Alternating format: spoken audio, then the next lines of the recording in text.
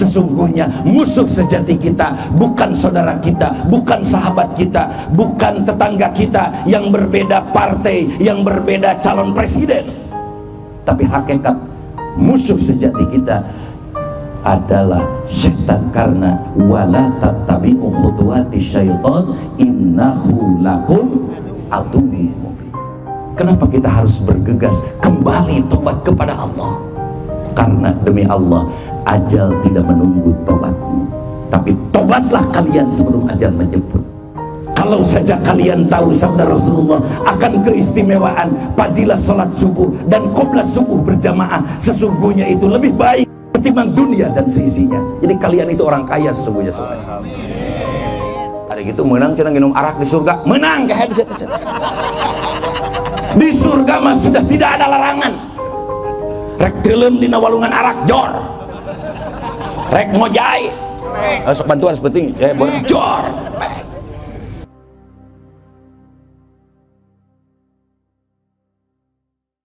Assalamualaikum warahmatullahi wabarakatuh.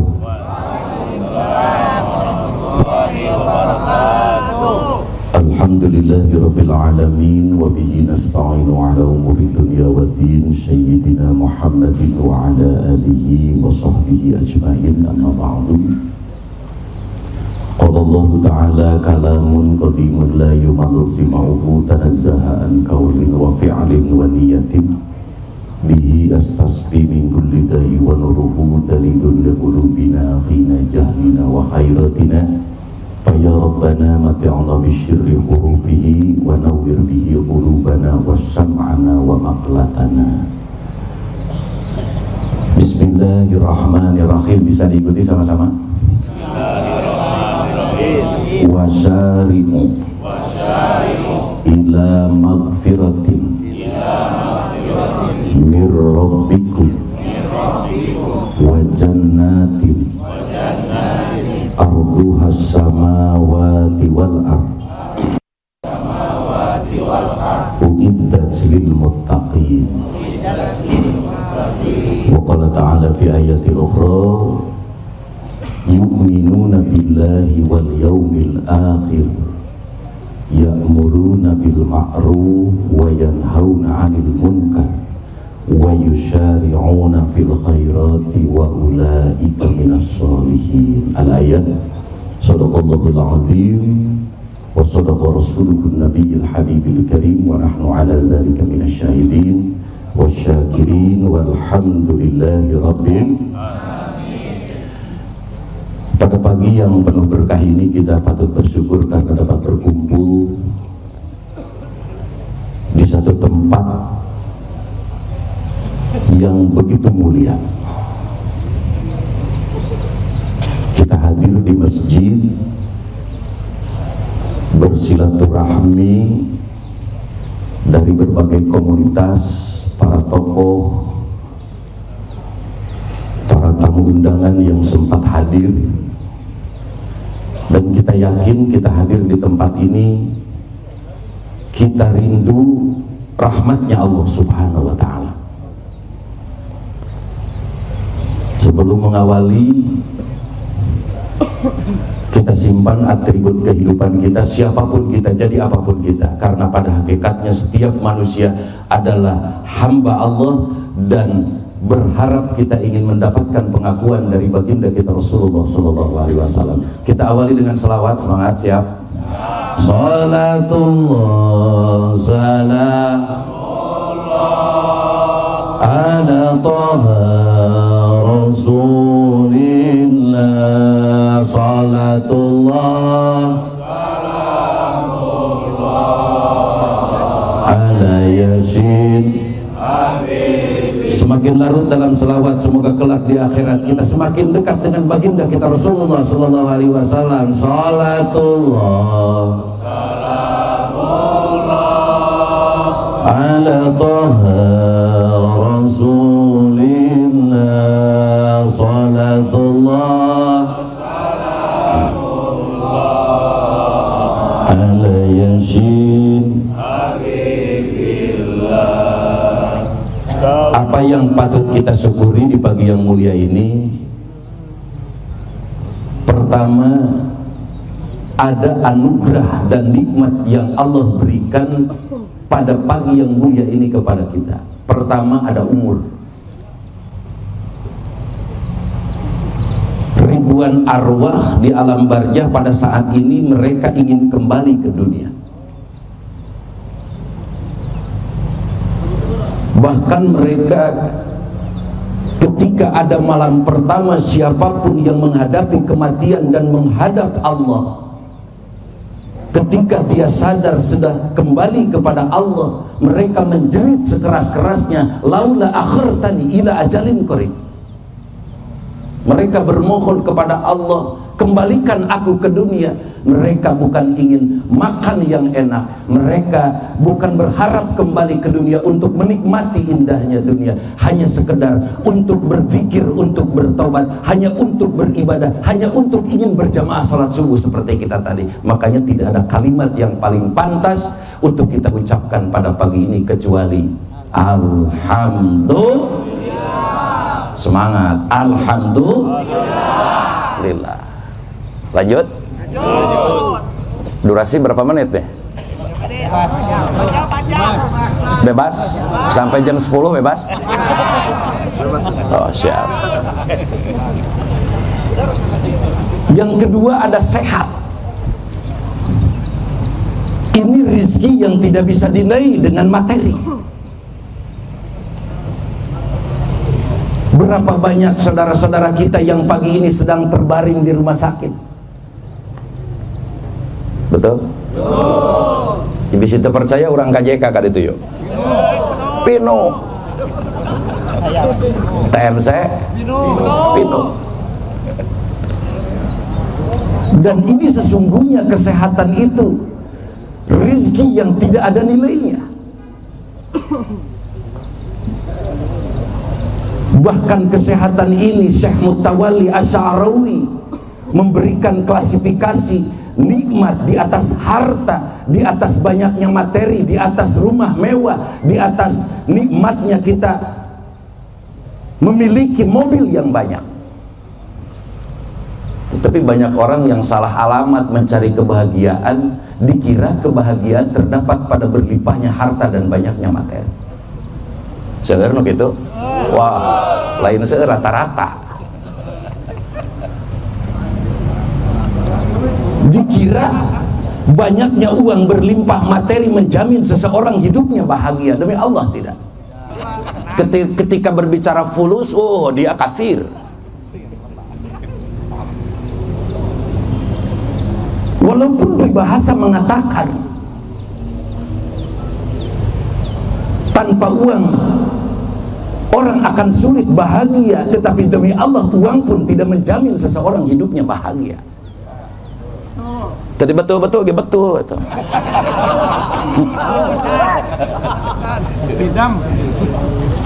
Yang ketiga, anugerah yang lebih bernilai lagi, kita pada saat ini mendapatkan hidayah dari Allah. Sesungguhnya ini perkara yang kompak-kompak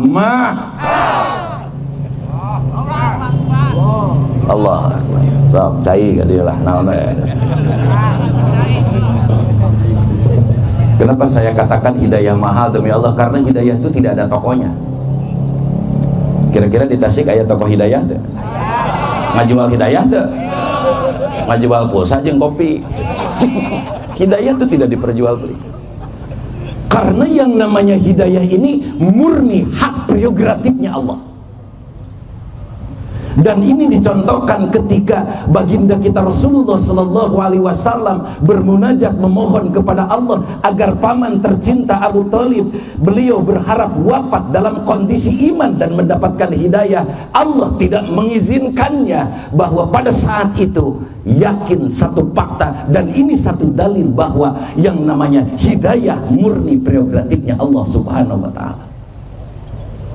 Tidak dijamin orang dekat masjid rajin ke masjid loh.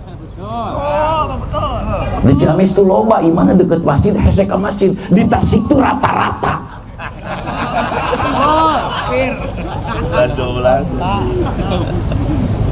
Tidak dijamin orang dekat masjid, bahkan di samping paimbaran sekalipun, ketika Allah tidak membukakan hidayahnya, demi Allah dia berat untuk melakukan sholat di masjid berjamaah.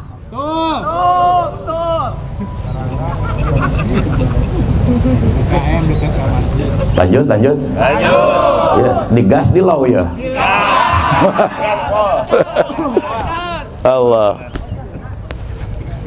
Tidak sedikit orang dekat madrasah, dekat majlis, tapi dia sangat berat untuk melaksanakan thalabul ilmi. Rumah di dekat masjid, dia berat untuk melaksanakan sholat berjamaah. Dan itu sudah dibuktikan. Di Mekah tuh aya onta, hirup gus 40 tahun di Mekah can pernah tawaf sekali-kali acan. Jadi kira-kira kalau orang rumah dekat masjid tapi jarang sholat berjamaah, rumah dekat mahad, dekat pesantren, jarang datang ke majelis ilmu, kurang lebih nu kitu teh on. Lain abdi nu ngobrol tah. Onta. Kira-kira ieu onta loba teh ya. Oh, rata-rata. Allahu Akbar. Lanjut. Setengah 8 ya. Yuk kita kembali kepada materi. Tadi Allah berfirman di awal, wasyari'u ila magfiratin. Kalau dalam terjemah bebas kita artikan wasyari'u ila magfiratin, bergegaslah kalian menuju magfirah Allah. Cek orang Sunda mah gewat. Ini perintah ya. Gewat. Ketawa ya. Pertama, kenapa Allah di dalam Al-Quran memerintahkan, ini termasuk ayat amar ya, wasyari'u, bergegaslah kalian. Karena Allah tahu dan paham apa yang ada dalam pribadi setiap manusia. Jadi kurang lebih bahwa Allah yang menciptakan manusia, Allah paham dan tahu apa yang ada dalam pribadi manusia. Dan ini sudah kita pahami bahwa kita sebagai manusia beda dengan malaikat. Malaikat diciptakan oleh Allah hanya untuk taat kepada Allah, dan ini sudah dinas dalam Al-Quran. Ghilladun syiddadun la ya'sunallaha ma amarahum wa yaf'aluna ma tu'marun. Malaikat sekali diciptakan untuk bersujud, maka dia bersujud tara panganguran hudang, karena malaikat tidak diberi nafsu oleh Allah. Nah, dalam jiwa manusia itu ada nafsu. Kalau tadi Igana menyampaikan, ketika kita sudah bangga 78 tahun merdeka dari penjajah Belanda dan Jepang, tapi kita jangan tenang dulu, kita belum merdeka dari jajahan nafsu yang menjajah jiwa kita dalam setiap saat. Berat loh boga nafsu. Dan ini sengaja Allah ciptakan manusia dengan nafsunya. Mun manusia eueuh nafsuan warame dunia. Dan itu sudah dinas oleh Allah. Zuyyina lin-nasi hubbus sahawati minan nisa'i wal banina wal qanatir. September mah leuleus Allah nage. Semangat merdeka karek tanggal 2 ya. Siap kompak siap? Siap. Zuyyina lin-nasi hubbus sahawati minan nisa'i wal banina wal qanatir. Dan ini menjadikan fitrah. Catat, Al-Quran diturunkan oleh Allah sesuai dengan fitrah manusia. Tidak ada satupun ajaran Al-Quran, ajaran Islam yang bertolak belakang dengan fitrah manusia. Oke, mari kita buktikan pagi ini. Oke? Oke. Siap bro? Siap. Yo, orang buktikan bahwa manusia itu bukan nafsu syahwat. Abdi bade naros ya ka Ustadz Adpi ya, resep ninggalin nugelis.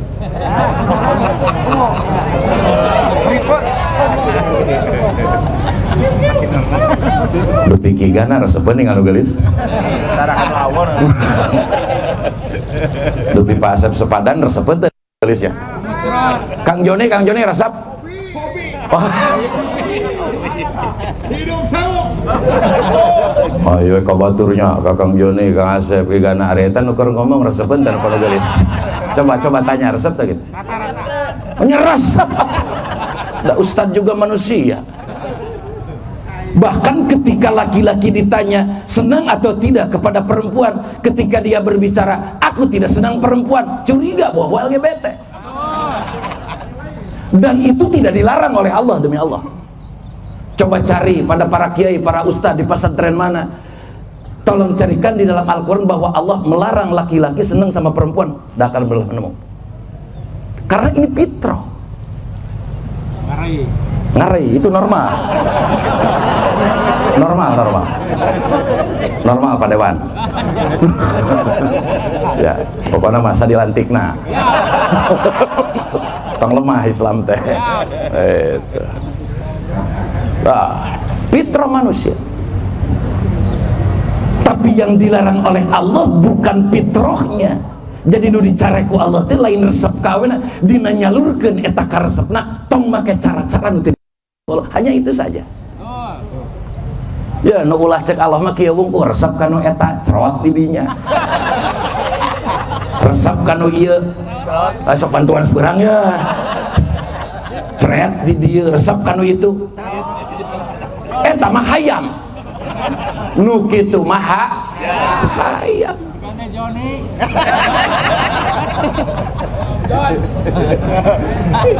Punten hayam lamun geus datang nafsuna tara make culak cileuk. Datang nafsu sahawat kajenting hareupeun wali kota tancep we. Da hayam. Lalu pertanyaannya, kita sebagai manusia yang sudah dimuliakan oleh Allah rek lebih hina daripada binatang. Nauzubillahi min. Tidak dilarang oleh Allah. Maka Al-Quran ketika Allah paham dalam jiwa manusia ada nafsu sahawat, maka Allah membukakan pintunya, ada rubul munakahat tak eta pintuna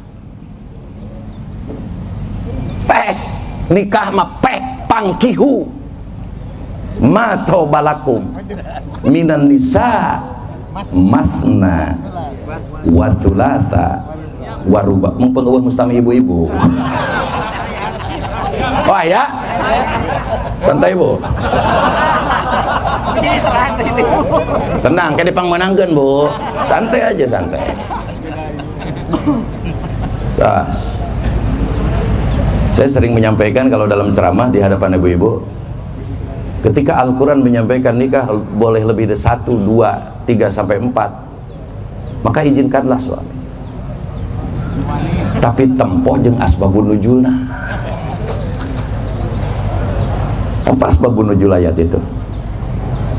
Ketika di zaman Rasulullah banyak janda-janda peperangan di perang Uhud, berusia 59, 62, putrana 12 ditikah ku Rasul. Eta sunah. Ieu mah ditanya, "Ji, kunaon kawin wae?" Sunnah Rasul. Nu kadua SMA. Nu katilu SMP. Eta mah lain sunnah Rasul, sunnah kanyut. Santai Kang Joni, ulah sunnah kanyut. Ada nafsu. Bahkan fitrah manusia dia senang memiliki jabatan yang tinggi. Laras tak? Sehingga tidak sedikit orang berlomba-lomba. Tapi tolong dalam meraih sebuah jabatan jangan memakai cara-cara yang tidak diridhoi oleh Allah. Itu saja permasalahannya. Dan ini yang fenomena yang sedang terjadi di kalangan kita. Dan terkadang habis bingung kalau mendafakuri tentang hal ini. Ketika masyarakat ditanya aya pejabat korupsi korupsiana dijieun ku masyarakat. Da eta konsepna meuli cilok di kecapan, moal dicolok mun teu gocapan.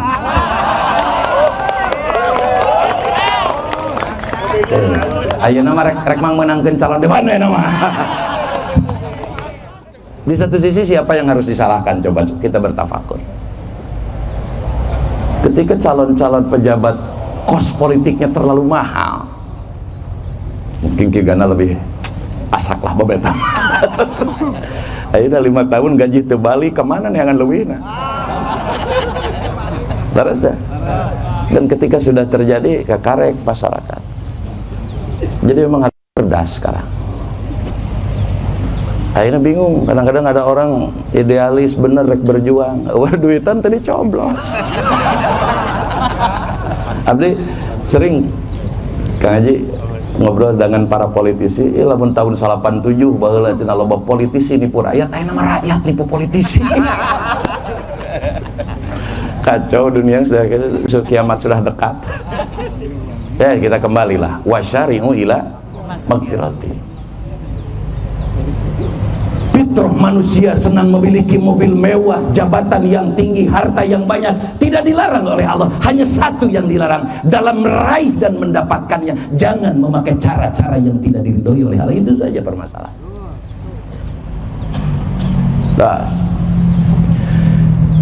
Kita kembali bahwa al-insan mahalul khata wa nisyan, setiap manusia tempatnya salah dan dosa. Lalu kita bertafakur pada malam ini, di usia kita menjelang di 40, di 50, di 60, dan kita berikhtisabun nafsi, ternyata yang menumpuk bukan amal ibadah, dosa dan kemaksiatan dan kesalahan. Kita bersyukur pada pagi ini masih diberi hidayah dan kesempatan oleh Allah Subhanahu wa taala untuk kembali kepada Allah. Dalam ayat lain, munibina ilaihi, ketika ingin mendapatkan meraih kebahagiaan, kembalilah kepada Allah.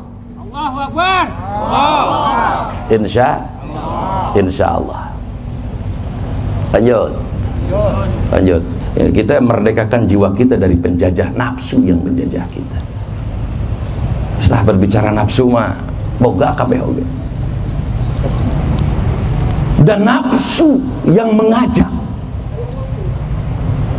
ke dalam hal-hal yang dilarang oleh Allah, dan nafsu ini berkolaborasi dengan setan.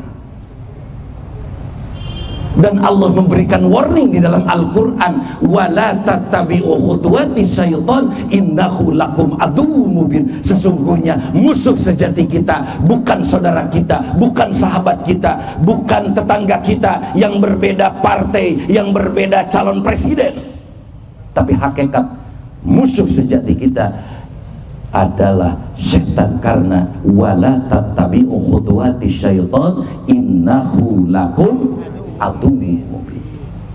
Setan adalah musuh kita yang sejati. Ayo orang mah memusuhan teh jeung nu beda pilihan pilpres. Persahabatan terputus gara-gara pilpres. Persahabatan terputus gara-gara naon? Beda partai. Saya sering menyampaikan bahwa berpolitik itu jangan sampai ke kolbu loh, nepi ka beuheung ka luhur. Dan mau ditanya iya di alam barja masukan man rabbuka wa man nabiyuka wa man partayuka. Ditanya tuh demi Allah mau ditanya komo wa man ormasuka, semua ditanya mau. Makanya kita sedulur kabelah, sepanjang kita satu akidah yang terikat dalam raditu billahi rabba wa bil islami dina wa bi muhammadin nabiyya wa rasula wa bil qur'ani imama wa bil ka'bati kiblata wa bil mu'minina ikhwana. Kenapa kita harus bergegas kembali tobat kepada Allah? Karena demi Allah, ajal tidak menunggu tobatmu, tapi tobatlah kalian sebelum ajal menjemput. Amin. Amin.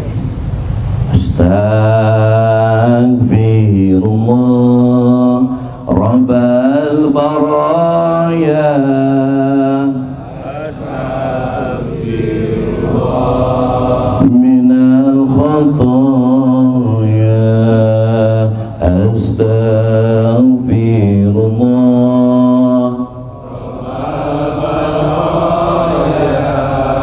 Astagfirullah. Mudah-mudahan di pagi yang cerah ini Allah menurunkan maghfirahnya kepada kita semua. Karena kita tidak tahu kapan dan di mana Allah akan mengabulkan setiap hajat-hajat kita. Insya Allah. Yang kedua, kenapa kita harus bergegas menuju maghfirah Allah? Karena tujuan hidup manusia itu ingin mendapatkan kebahagiaan. dan sumber kesusahan dalam hidup adalah dosa. Dan kita paling mudah itu menyalahkan orang lain loh. Itu lolobana aja di Ciamis kia jelemanya ya. Ciamis usaha maju kalau urcir ke hadap tah ieu teh gara-gara belah kulon ya. Ayo kita ya. Sirik kaing ya. Dia tidak sadar ketika kesulitan datang hanya menyalahkan si A si B. Dia tidak menyadari bahwa sholat duhur 2:30, sholat asar jam masuk bantuan 5, sholat subuh jam ayana jam 7. Sholat duha pakai kunut. Dan ini yang luar biasa, baik kesubuhan itu mengawali sesuatu dari hal yang paling berat. Kalau saja kalian tahu sabda Rasulullah akan keistimewaan fadilah sholat subuh dan qobla subuh berjamaah, sesungguhnya itu lebih baik ketimbang dunia dan seisinya. Jadi kalian itu orang kaya sesungguhnya. Berat Kang, lamun geus kuat subuh lohor insya Allah hampang. Itu dalam ilmu bayan itu di pesantren dipelajari itu. Seperti wala taqrabuz zina, jangan dekat-dekat. Deket-deket geus ulah komo jinahna. Kan aya jelema weureu ayeuna. Nu teu meunang teh deket-deket jinah mah teh naon eta goblok permanen ngaran. Di kayaknya wala takrub ulah ge deket jinahna mah teu naon. Eta nu gelo ginding ngaranna teh kitu. Cacak-cacak deket komo prakna. Coba cari di dalam Al-Quran atau hadis dilarang membunuh orang tua, tidak ada. Hanya kita pasti menepukan pala takun lahu ma'uf. Gitu saja. Dan ini sumber kesedihan dalam perjalanan hidup kita ketika ingin berharap sebuah kebahagiaan tapi kesedihan yang datang, dosa ini akibatnya. Makanya solusi itu kembali kepada Allah. Dan ini sudah dicontohkan Nabi Allah Adam alaihissalam. Ketika Nabi Adam sudah tinggal di surga dan Allah memerintahkan waqulna ya Adam uskun anta wa zaujukal jannah, Adam tinggallah engkau di surga dengan berbagai fasilitas. Jangan ditanyalah surga mengeunah we geus lah. Ngeunah.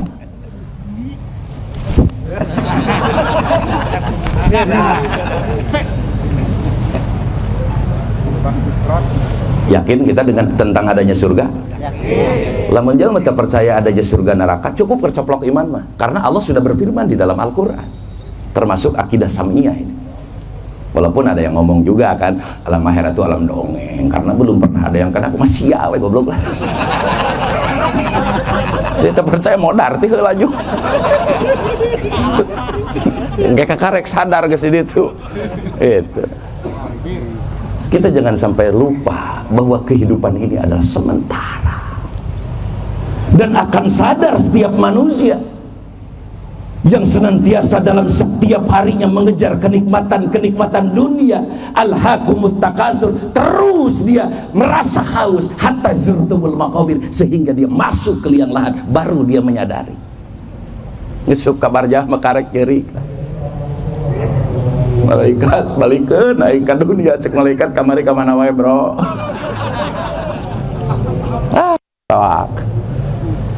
Allahu Akbar. Nabi Adam, diamlah Adam di surga dengan berbagai fasilitas. Bisa bingung surga teh naon sih? Allah sedikit sekelumit memberikan sifatan surga. Tajri min tahtihal anhar. Surga tuh cur-corona walungan. Walungan tuh identik dengan keindahan. Lamun orang bete-betenya healing gitu. Kita healing tuh ke sungai, asik. Bahkan dalam tafsiran ayat tajri min tahtihal anhar, di surga air mengalir yang airnya susu. Lain kos cimulu bocobluk. Celoseh. Di surga tuh mengalir susu.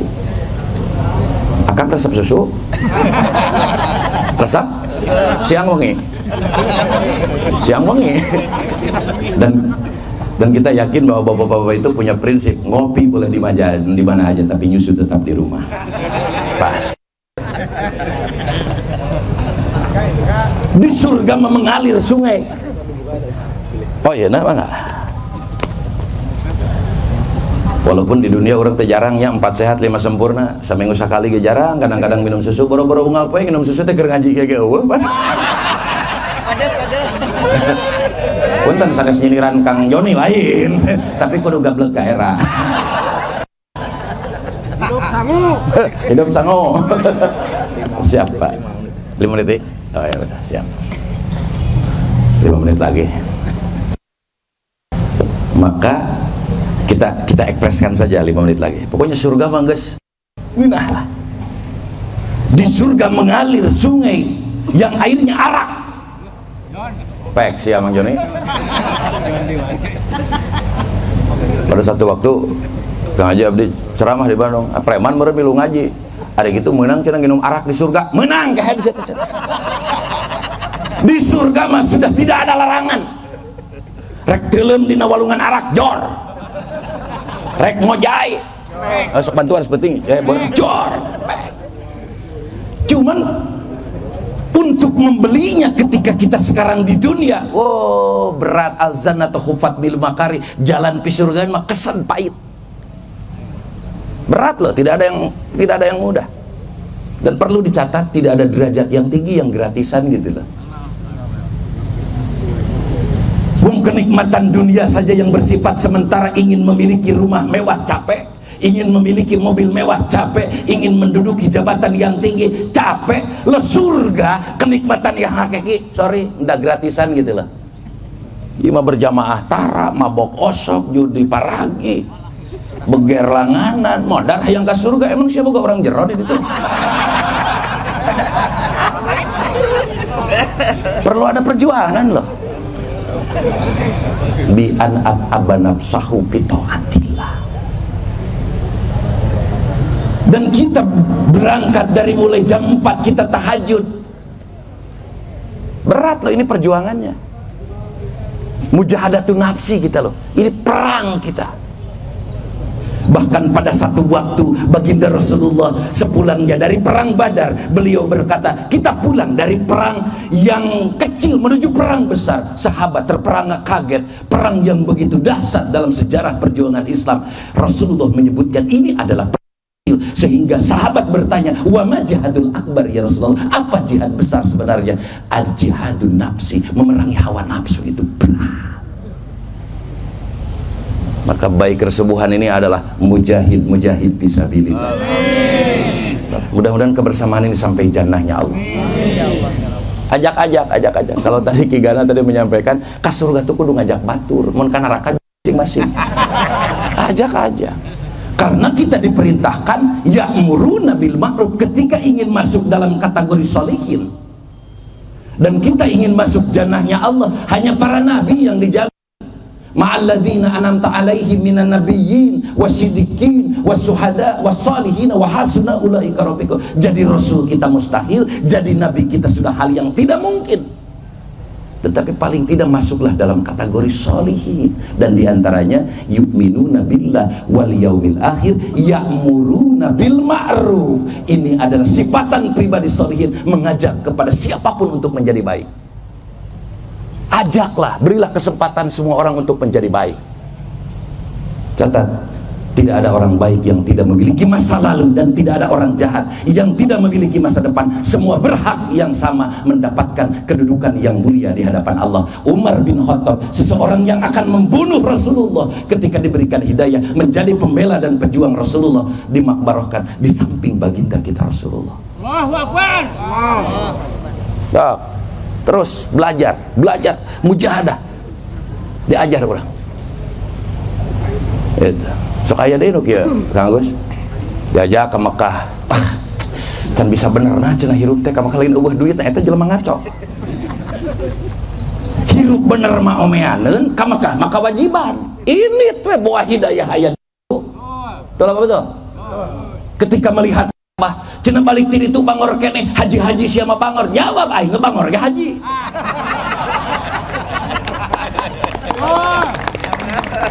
Nah, Pak Asep sepadan gue mau jam. Santai, brother. Daripada sia bangor lain hajinya.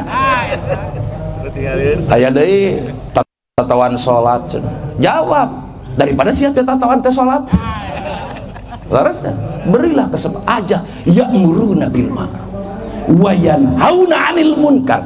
Cegah sekecil apapun kemunkaran, itulah pribadi solihin. Dan mencegah kemunkaran itu bukan hanya tugas kiai, para ajengan, para ustadz, bukan tugas aparat, tugas kita semua ketika ingin masuk dalam kategori solihin itu cegah. Kenapa kita diwajibkan mencegah sebuah kemunkaran? Karena demi Allah, ketika Allah benu maka bagian sadayana. Lini ka masjid ka bagian loh, kanu ka pasantren kanu ka salat. Lamun lini datangna kanu mabok unggul mah jor teh teuing. Misalkan lini datang punten nu marabok paling mananya. Tinggal tuduhkeun lurus belok kiri sapu.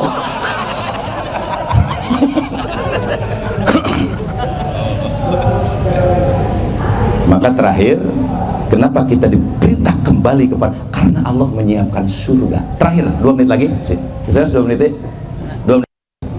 Dan kita membuat sebuah analogi ya. Kita memiliki anak ke rumah mujana lah kali. Lalu kita siapkan di meja makan hidangan yang begitu banyak, luar biasa. Budak tas leletakan, rek asup ku indungna di halangan, punten kasep bebersih heula.